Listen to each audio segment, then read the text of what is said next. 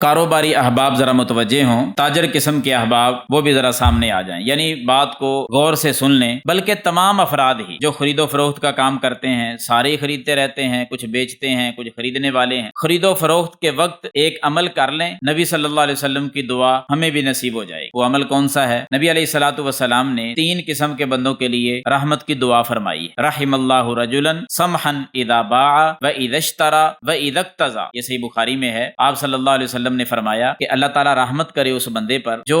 نرمی کے ساتھ بات کرتا ہے، کوئی چیز خریدتے ہوئے یا کوئی چیز بیچتے ہوئے یا تقاضا کرتے ہوئے، کسی سے پیسے لینے ہیں، قرض دیا ہے، واپسی کا مطالبہ کرتا ہے تو نرمی سے بات کرتا ہے، یعنی خریدنا ہے تو تب بات کرنی ہے دکاندار سے تو نرمی سے کریں، دکاندار ہے چیز بیچ رہا ہے اس کا بھی کام ہے کہ وہ نرمی سے کلام کرے، اور اگر کسی کو پیسے دیے ہیں واپسی کا مطالبہ کرنا ہے تو تب بھی نرمی سے بات کریں۔ یہ 3 کاموں کے اندر جو نرمی سے کلام کرتا ہے، نرمی سے بات کرتا ہے، اس کے لیے نبی صلی اللہ علیہ وسلم نے دعا فرمائی ہے کہ اللہ رحم کر ایسے بندے پر جو یہ کام کرتے ہوئے نرمی سے کلام کرتا ہے، نرمی سے بات کرتا ہے۔ مجھے اور آپ کو چاہیے کہ ہم خریدتے ہوئے، بیچتے ہوئے، واپسی کا مطالبہ کرتے ہوئے اپنی زبان پر میٹھے بول لے آئیں، انشاءاللہ دیکھنا پھر اللہ کی رحمت کیسے برستی ہے۔ اللہ تعالیٰ مجھے اور آپ کو عمل کرنے کی توفیق عطا فرمائے۔